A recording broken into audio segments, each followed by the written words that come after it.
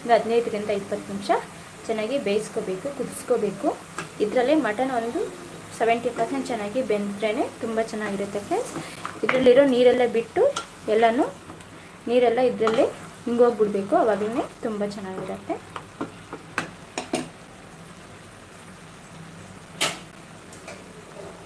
ಈಗ ನಾನು ಇದಕ್ಕೆ ಒಂದು ಪ್ಲೇಟ್ನ ಮುಚ್ಚಿ ಚೆನ್ನಾಗಿ ಬೇಯಿಸ್ಕೊಳ್ತಾ ಇದ್ದೀನಿ. ಈಗ ಚಿಕನ್ ಗ್ರೇವಿ ರೆಡಿಯಾಗಿದೆ ಫ್ರೆಂಡ್ಸ್, ನಾನು ನಿಮಗೆ ತೋರಿಸ್ತೀನಿ.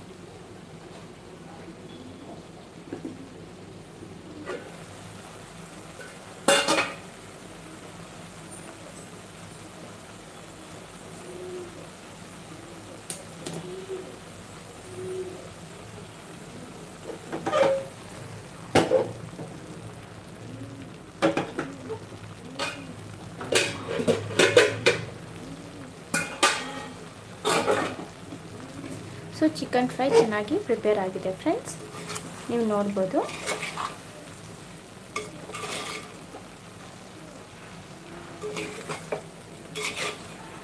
ನೋಡಿ ಕರೆಕ್ಟಾಗಿ ಫ್ರೈ ಆಗಿದೆ. ಇನ್ನೂ ಸ್ವಲ್ಪ ಹೊತ್ತು ನಾವು ಫ್ರೈ ಮಾಡಿದ್ದೀವಿ ಅಂದರೆ ಇನ್ನೂ ಚೆನ್ನಾಗಿ ಎಲ್ಲ ಹಿಂಗೋಗ್ಬಿಡುತ್ತೆ. ನೀವು ನೋಡ್ಬೋದು, ಇಷ್ಟೇನೂ ಸಾಕು. ಸ್ವಲ್ಪ ಕ್ರೀಮಿಯಾಗಿ ಆಗಿದ್ರೇ ತುಂಬ ಚೆನ್ನಾಗಿರುತ್ತೆ ಫ್ರೆಂಡ್ಸ್.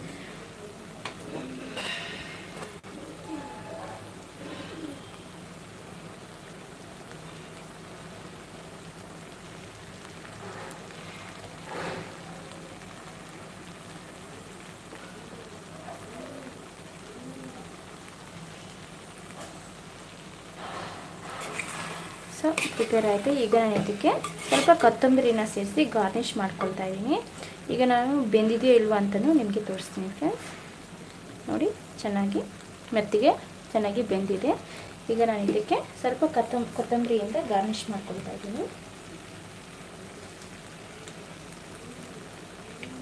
ಈಗ ಸೈಡ್ ಡಿಶ್ ಆಗಿ ತುಂಬ ಚೆನ್ನಾಗಿರುತ್ತೆ ಫ್ರೆಂಡ್ಸ್, ತುಂಬ ಟೇಸ್ಟಿಯಾಗಿರುತ್ತೆ. ಕೊತ್ತಂಬರಿಯಿಂದ ಗಾರ್ನಿಷ್ ಮಾಡಿದ್ದಾದಮೇಲೆ ಒಂದು 2 ನಿಮಿಷ ಹಾಗೆ ಮುಚ್ಚಳನ ಮುಚ್ಚಿ ಬಿಡೋಣ. ಆಗ ಚಿಕನ್ ಸ್ಮೆಲ್ಲೆಲ್ಲ ತುಂಬ ಚೆನ್ನಾಗಿರುತ್ತೆ, ತುಂಬ ಟೇಸ್ಟಿಯಾಗಿರುತ್ತೆ ಫ್ರೆಂಡ್ಸ್. ಒಂದು 2 ನಿಮಿಷ ಹಾಗೆ ಬಿಡ್ತೀನಿ, ನಂತರ ಸರ್ವ್ ಮಾಡ್ಕೊಳ್ತೀನಿ.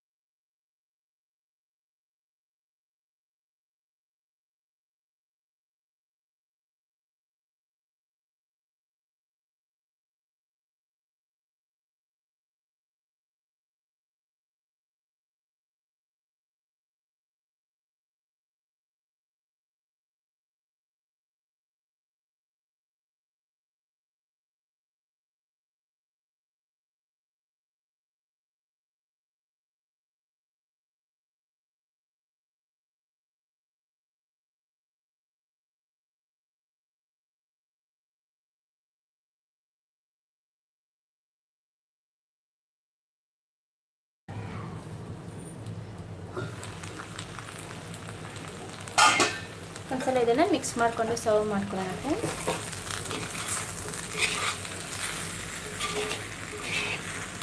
ಸೊ ಇದು ಮಡಿಕೆ ಆಗಿರೋದ್ರಿಂದ ಬೇಗ ತಡ ಹಿಡಿಯುತ್ತೆ. ಸೊ ಅದಕ್ಕೆ ನಾವು ಮಿಕ್ಸ್ ಮಾಡ್ಕೊಳ್ತಾನೆ ಇರಬೇಕು ಆಗಾಗ, ಇಲ್ಲಾಂದರೆ ಸೀದೋಗ್ಬಿಡುತ್ತೆ ಫ್ರೆಂಡ್ಸ್. ಈಗ ಪರ್ಫೆಕ್ಟಾಗಿ ಚಿಕನ್ ಫ್ರೈ ರೆಡಿಯಾಗಿದೆ. ಸೊ ಇನ್ನೂ ಸ್ವಲ್ಪ ಫ್ರೈ ಮಾಡಿದ್ರೆ ಡ್ರೈ ಫ್ರೈ ಆಗುತ್ತೆ ಫ್ರೆಂಡ್ಸ್. ಇಷ್ಟೇನೂ ಸಾಕು, ತುಂಬ ಟೇಸ್ಟಿಯಾಗಿರುತ್ತೆ. ಈಗ ನಾನು ಸರ್ವ್ ಮಾಡ್ಕೊಳ್ತಾ ಇದ್ದೀನಿ.